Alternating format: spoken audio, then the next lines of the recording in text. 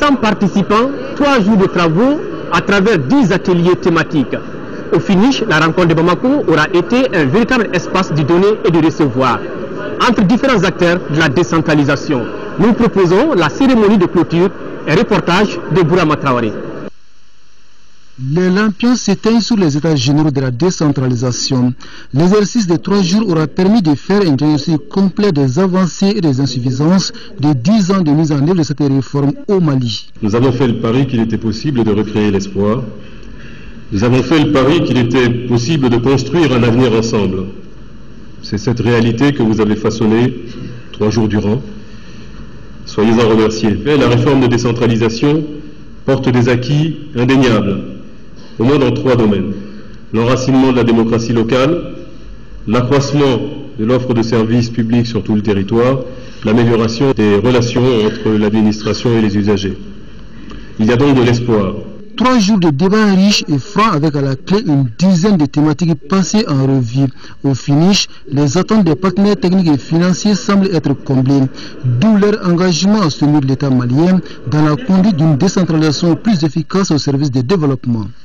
Je suis très heureux que le rapport de Sulkes montre que les discussions des participants ont largement, très largement même, refléter ces atteintes des PTF.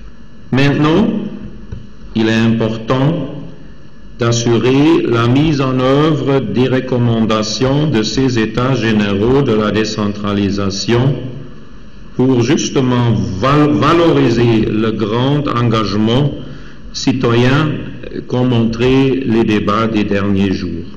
Tout comme les partenaires techniques et financiers, les participants internationaux aux États généraux ont insisté sur la mise en œuvre intégrale des recommandations issues des travaux.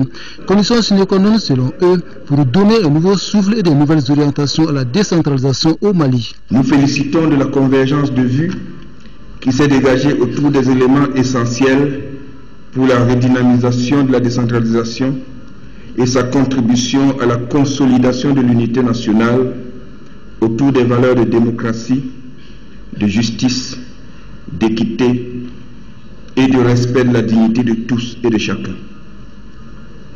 Souhaitons que la feuille de route issue des travaux des États généraux soit prochainement traduite dans les faits afin que la décentralisation redonne un rendez-vous crédible au développement en vue de l'amélioration concrète du cadre et des conditions de vie des populations. Pas de soucis, rassure le Premier ministre, pour qui l'ambition des autorités maliennes est de faire de la décentralisation un outil de développement, mais aussi de renforcement de l'unité nationale. Je puis vous assurer que le gouvernement accordera à vos recommandations la plus haute attention. Nous verrons avec tous les acteurs comment opérationnaliser les pertinentes recommandations issues de vos travaux, s'agissant notamment du transfert des compétences, du financement des programmes de développement locaux et des pouvoirs attribués aux élus. C'est donc avec le cœur plein d'espoir et convaincu que vous venez de jeter les jalons d'un processus global et inclusif de consolidation de la décentralisation et du retour définitif de la paix dans notre pays, que je vous souhaite un très bon retour dans vos pays et foyers respectifs.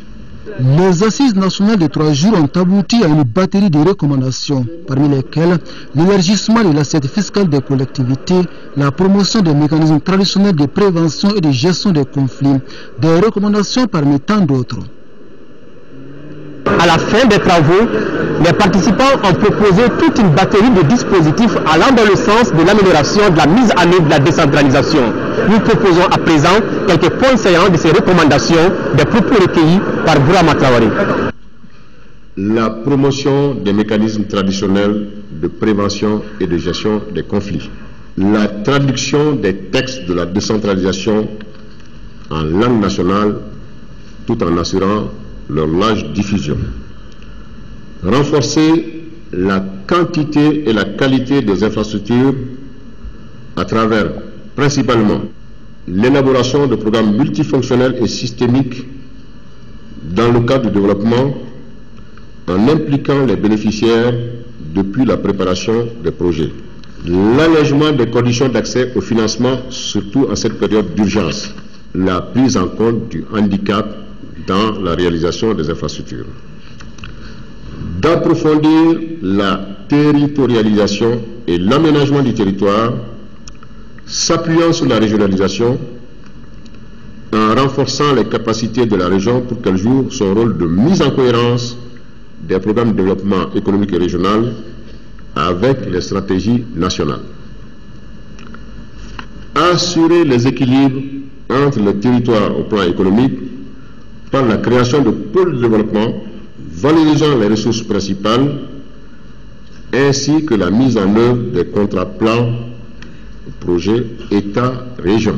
De repositionner le portage politique et l'ancrage institutionnel de la réforme de décentralisation à un niveau supraministériel et de renforcer le rôle du Haut Conseil des collectivités dans la promotion de la décentralisation. D'appliquer toutes les dispositions des textes législatifs réglementaires de la décentralisation en vigueur et les accompagner d'une dotation conséquente en moyens humains. Au-delà, relire les textes pour le transfert effectif des services techniques déconcentrés des domaines de compétences transférés, ainsi que leurs moyens de fonctionnement, sous la responsabilité des collectivités territoriales. D'élargir l'assiette fiscale des collectivités et d'améliorer le recouvrement des impôts et taxes à travers une synergie d'action entre les services déconcentrés et les collectivités. Lever tous les obstacles affectant le transfert effectif des ressources financières liées aux compétences transférées de l'État aux collectivités. Accroître significativement les dotations budgétaires aux collectivités territoriales. Rendre plus fongibles et plus accessibles les ressources financières destinées aux collectivités territoriales. Assurer la dévolution du domaine des collectivités territoriales et accélérer les transferts de compétences dans les autres domaines tels que c'est prévu par la loi. De mettre à profit un découpage territorial résultant d'un dialogue inclusif en créant de nouvelles collectivités pour régler des aspects sécuritaires, sociaux et économiques. Diligenter la charte de la déconcentration en rapport avec le rythme des transferts de compétences et de ressources aux collectivités territoriales. Créer un fonds d'urgence au profit des collectivités territoriales situées dans les zones affectées par une longue absence de l'État.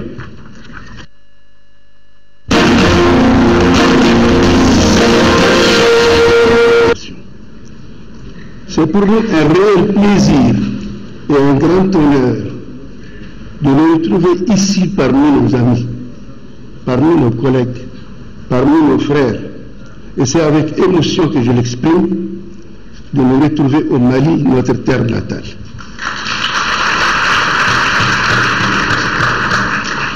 Nous avons aussi un surpoids d'honneur pour avoir été reçus pendant 2h30 d'horloge hier par M. le Président de la République qui nous a rassurés qu'on pouvait rentrer chez nous avec nos familles dans la sécurité totale.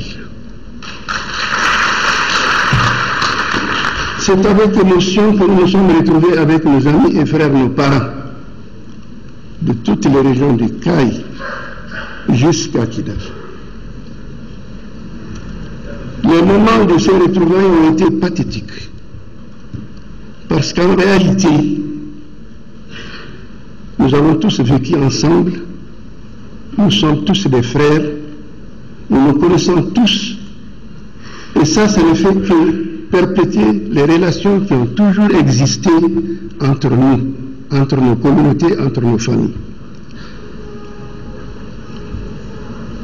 Comme je suis de la région de Gao, la plupart de ces réfugiés sont de la région de Gao et Tombouctou, nous nous sommes retrouvés avec nos amis Sonraï, nos frères Sonraï. Et ça a été vraiment émotif. Parce que nos parents qui n'ont pas été à l'école, depuis des siècles, ont avons vécu ensemble dans une intelligence totale. Chaque arabe ou chaque touareg ayant son sorail.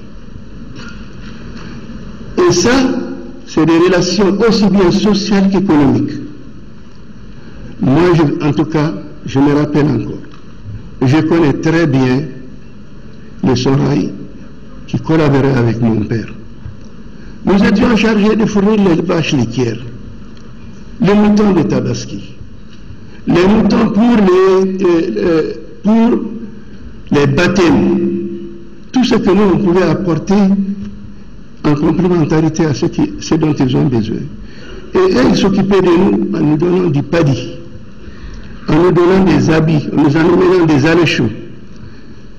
Et cette complémentarité a joué un rôle très important et les liens sont vraiment des liens très forts. De nous retrouver ici aujourd'hui, tous ensemble, a été pour nous des moments vraiment très pathétiques, comme je l'ai dit.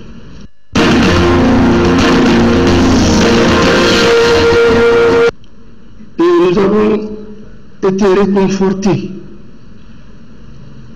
très réconfortés même, par l'accueil qui nous a été réservé et par les engagements que le président de la République a pris pour nous. Et nous lui avons dit que nous allons transmettre les messages, mais que nous sommes déjà prêts, parce que si nous avons quitté, c'est simplement à cause de l'insécurité. Et si cette insécurité est complètement enrayée, nous sommes prêts à revenir immédiatement, sans aucune autre condition. Donc vraiment, mon message, c'est de dire à tous les Maliens que nous sommes avec eux, que nous sommes pour le dialogue et la réconciliation, que nous soutenons le dialogue et la réconciliation, que nous sommes disponibles pour jouer un rôle actif dans ce dialogue et cette réconciliation. Nous sommes prêts à aller sur le terrain avec nos amis des autres communautés pour faire ce travail, la main dans la main. Nous soutenons vraiment tous les efforts que le nouveau gouvernement va entreprendre dans ce sens.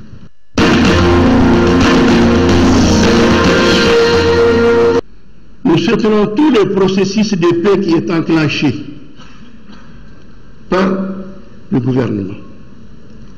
Nous voulons revenir chez nous. Chaque minute que nous faisons à l'extérieur, ce n'est pas de gaieté de cœur. Ce n'est pas de gaieté de cœur aussi qu'on a quitté. On a quitté à cause de l'insécurité et à cause des amalgames. Et à cause de ces amalgames et de cette insécurité, nous avons été obligés. Nous avons été même coupés de Bamako. Parce que, il faut le dire, la région de Mopti a constitué aussi un endroit où on ne pouvait même pas passer. Donc on ne pouvait pas venir à Bamako. Ce qu'on pouvait faire, c'est de traverser la frontière vers les Gachers et s'installer sur la frontière malienne. Et c'est ce qu'on a fait. Et aujourd'hui que la paix est revenue, nous sommes prêts à revenir. Nous demandons aux uns et aux autres de nous accepter comme ils nous ont toujours acceptés. En tout cas, nous sommes prêts à jouer notre rôle. Nous sommes très contents aussi d'avoir joué un rôle dans ces assises des États généraux de la décentralisation. Parce que nous avons fait entendre aussi nos voix, nous avons dit, fait nos propositions, et ça c'est pour nous très important, que le chef de l'État t'invite, qu'il te dise de dire ce que tu penses d'un tel problème qui concerne ton pays. C'est très important pour nous, et on a fait ce qu'on peut. Chacun de nous a dit ce qu'il pense de ça. Et nous estimons que les résultats auxquels nous sommes parvenus sont un succès. Et nous remercions le gouvernement pour l'initiative. Nous remercions le ministère de l'Administration, nous remercions le ministre délégué pour le travail qui a été fait, l'organisation impeccable qui a eu lieu. Nous n'avons manqué de rien.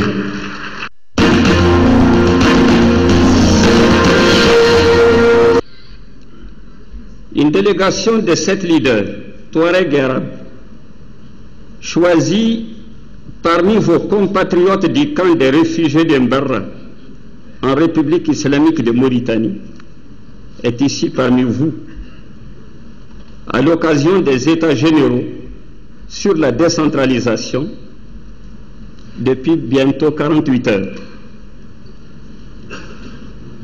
Nous vous livrons les salutations fraternelles de ces Maliens que nous avons laissés à 600 km de Bamako. Et vous apportons la bonne nouvelle qu'ils se portent très bien. Grâce à l'hospitalité implacable de la République islamique de Mauritanie et à la détermination des Nations Unies et autres partenaires à leur donner l'assistance humanitaire dont ils ont besoin. Nous sommes venus ici à Bamako sur invitation spéciale du président de la République du Mali, son Excellence Ibrahim Boubacar Keïta. Nous en sommes fiers et portons à votre connaissance que cet acte est un grand message qui n'est pas tombé dans les oreilles des sourds. Le président Ibrahim Boubacar Keïta est en train de poser des actes pour le chantier de la reconstruction nationale qui est un défi posé pour nous et que nous devons, nous les Maliens, surmonter.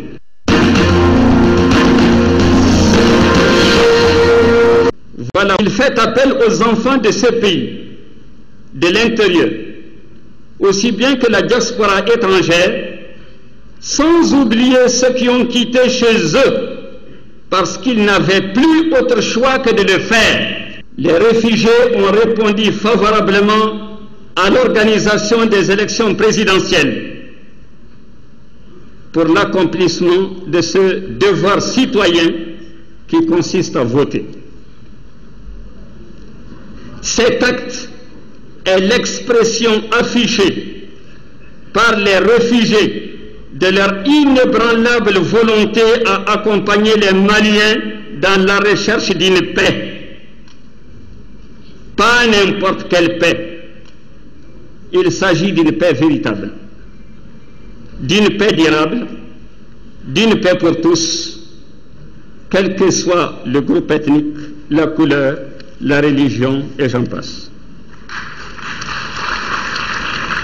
Notre modeste contribution à ces assises consiste à dire que le Mali ne se construira pas dans la chasse aux sorcières, les règlements de comptes politiques.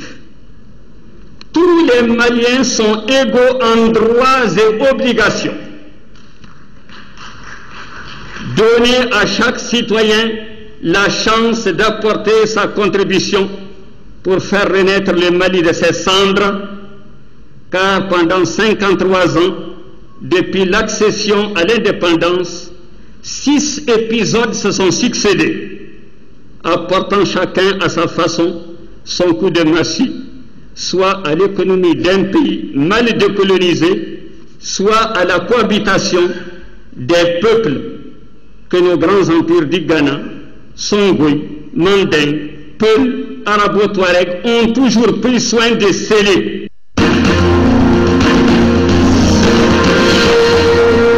J'exhorte les Maliens à prendre conscience de l'état dans lequel les forces du mal conduisent notre pays et comprendre que chacun de nous a l'obligation d'apporter sa thérapie, son sacrifice, avant de crier au secours de la communauté internationale. Et Dieu t'aidera.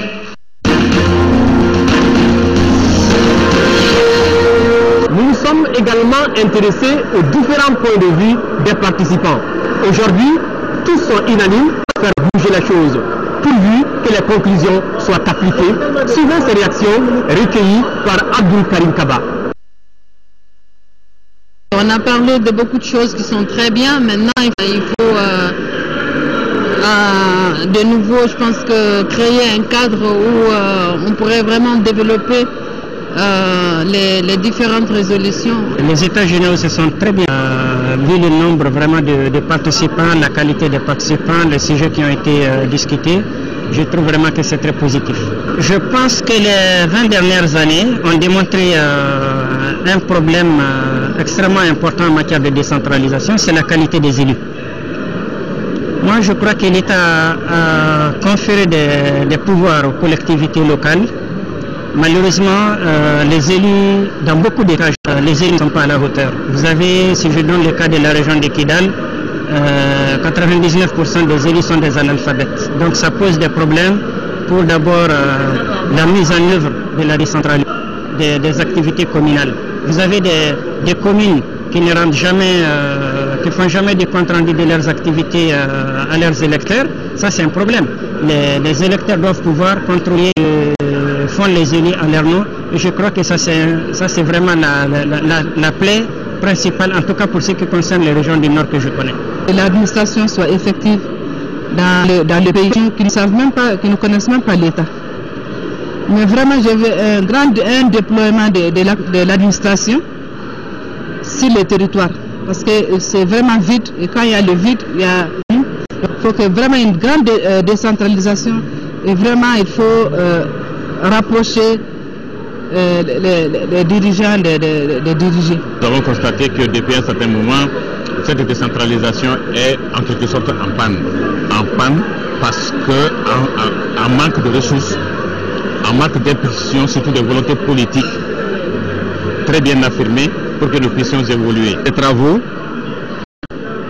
qui offrent vraiment un développement local, régional et national. C'est des travaux qui vont produire de bons effets, faire sortir, n'est-ce pas, de la léthargie dans laquelle se trouve le pays, en facilitant, n'est-ce pas, l'envolée vers un nouveau développement du pays qui va permettre aussi que les uns et les autres se retrouvent. Non, je pense que ça a été une très grande réussite.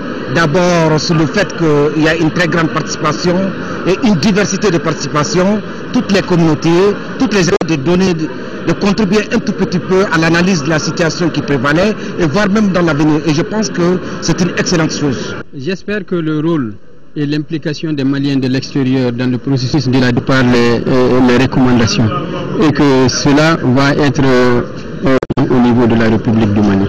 Vraiment, je suis très content, très comblé. Parce que rien ne vaut que l'entente. Parce que le plus grand intérêt même de cette assise-là, c'est quoi? C'est d'abord la réconciliation, la décentralisation, mettre les trucs dans le contexte. Surtout encore la révolution coutumière et les chefs de quartier et les chefs de village, ça c'est le plus important. Ce que j'ai dit seulement, il ne faut pas que ces résolutions-là partent dormir dans les tiroirs. Dans ce pays-là, on a des taxes. Mais à partir de cette assise-là, j'aimerais que tout ce qu'on a dit ici, qu'on les met en application correctement. C'est toute la nation malienne, dans toute catégorie, avec des pays amis, pour parler de la décentralisation au Mali. Parce que, vous savez, l'État moderne est organisé selon des principes bien donnés, et nous avons choisi d'aller à la décentralisation. C'est vrai que depuis qu'on y est parti, il y a des insuffisances qui ont été remarquées de part et d'autre, tant sur le plan de la déconcentration que sur le... C'est indivisible, les gens sont les mêmes, nous sommes blancs et noirs au Mali, donc ça il faut l'enlever. La décentralisation elle est correcte, ça sert très bien l'unité malienne.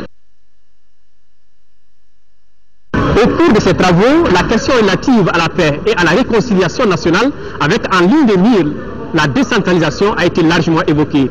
Et le sujet a intéressé Mohamed Diarra et Hadama Diakité. La paix et la résonnée pendant ces 3 jours lors des débats relatifs aux différentes thématiques abordées. Et d'une façon générale, cette initiative des autorités nationales d'organiser ces assises est perçue comme plus que salutaire. D'abord, entre le nord et le sud du Mali. Ensuite, chacun a dans un esprit d'ouverture exprimé les problèmes de sa localité. Une démarche saluée par les partenaires du Mali. Le débat est franc. Je pense qu'il en sortira des recommandations qui permettront au Mali d'aller plus loin dans la décentralisation. Considérée comme un facteur de développement, la décentralisation effectivement, elles peuvent être vraiment un facteur de paix et de cohésion sociale, parce que l'insécurité provient des collectivités. Moi, je crois que chacun se retrouve, chacun retrouve son compte dans ses assises, dans la manière dont sera géré son terroir. Et puisque les terroirs sont gérés par la décentralisation ou par la décentralisation, donc je pense qu'on fera en sorte que chacun se retrouve. Il faut qu'on parle, il faut qu'on crève l'abcès, il faut qu'on se dise la vérité, parce qu'il y a beaucoup de choses qui n'ont pas été dites. Les Maliens ne sont pas au courant de beaucoup de choses. Donc, je ne sais pas, comme la cohésion sociale, pourquoi ça ne marche pas? Quels sont les problèmes dont il faut parler, qu'il faut essayer de gérer? Et pour renforcer cette cohésion nationale, la présence de l'État doit être renforcée sur l'ensemble du territoire. Le gouvernement, vraiment, on sent que vraiment il veut faire de ces forums sa priorité. Et avec pendant ces travaux, ces discussions, vraiment, il y a eu beaucoup d'échanges. Il y a eu beaucoup de gens qui ont eu à dire ce qu'ils pensent sur la décentralisation, sur l'occupation même du territoire.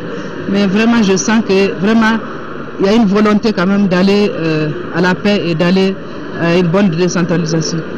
Il s'agit pour certains d'aller vers une administration de proximité où les collectivités sont à l'écoute des populations. Il faut que ces populations se trouvent être encadrées dans leur quotidien par des gens qui leur impriment vraiment une démarche visant à consolider l'unité nationale. Cela, c'est leur rôle. Mais en réalité, la décentralisation, par le fait qu'elle amène les populations à choisir leurs élus, fait en sorte aussi que, en retour, quand ces élus leur viennent, en retour pour leur prodiguer des conseils, pour faire en sorte qu'ils aillent ensemble, je pense que le message passe mieux. Les états généraux de la décentralisation s'achèvent donc sur une note d'espoir, puisqu'elle pose les jalons d'un nouveau Mali. En tout cas, les uns et les autres ont insisté sur l'application stricte des recommandations et des résolutions issues de ces assises.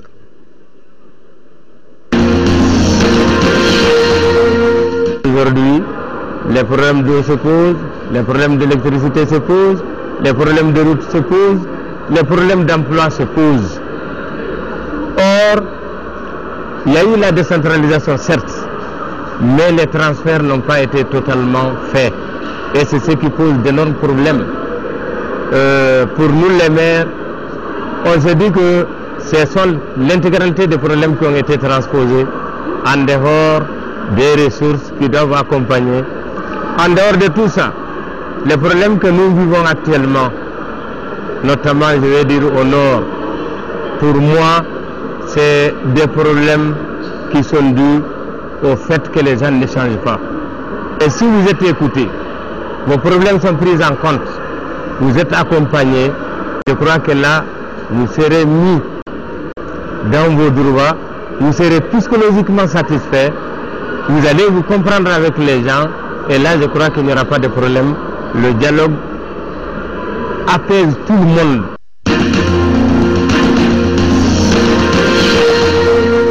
J'attends de ces assises de la décentralisation des résultats concrets.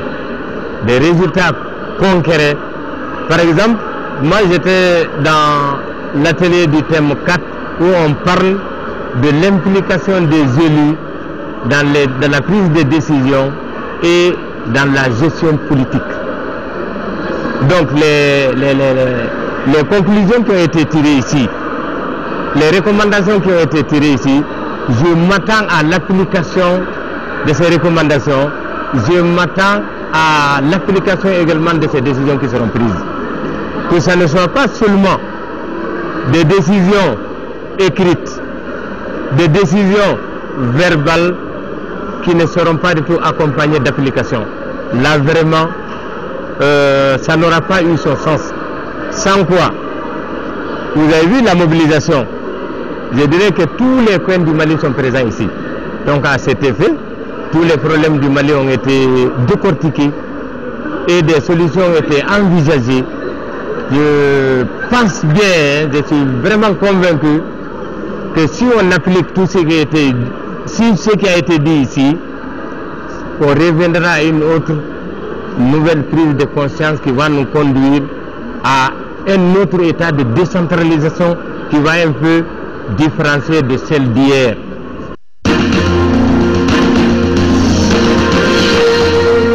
À un moment, tous les chefs de village, les 27 chefs de village de la commune s'étaient réunis pour dire que depuis l'Antiquité, ils ont un mode de gestion de l'or, un mode de gestion traditionnel qui fait que quand l'or quitte le Saint-Dougou pour le Djébé, on donne une part au Djébé. Et vice versa, quand l'or quittait le Djébé pour le Saint-Dougou, le Djébé donnait une part au Saint-Dougou. Il y a une part de partage. Mais maintenant, l'or a quitté le Saint-Dougou pour le Djébé parce que toutes les usines sont installées dans la commune de Setakili qui était appelée le Djébé.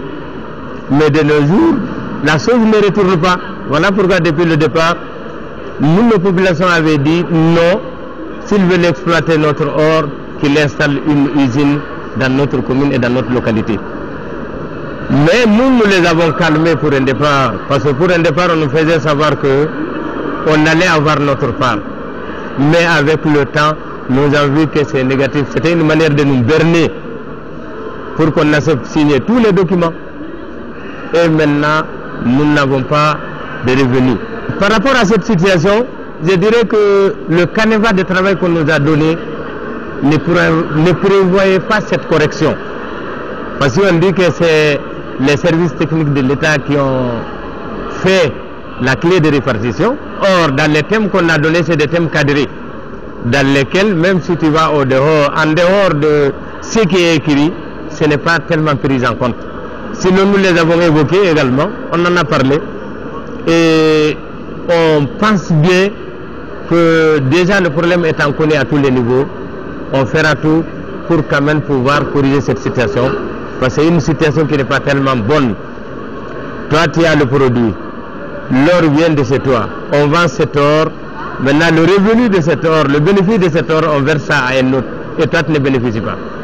Ton environnement est détruit, tes terres sont béantes, elles sont ouvertes, et l'agriculture n'est plus praticable, l'élevage n'est plus praticable. Donc, mais voilà, vous voyez, or maintenant là tu n'as pas de retombées par rapport à ça. Donc nous attirons encore l'attention des différents responsables par rapport à la situation, pour que quand même les problèmes de Kenyeba, qu'on les prenne en compte et qu'on règle. Ce n'est pas Kenyeba seulement, je crois que d'autres zones aussi ont les mêmes problèmes que nous.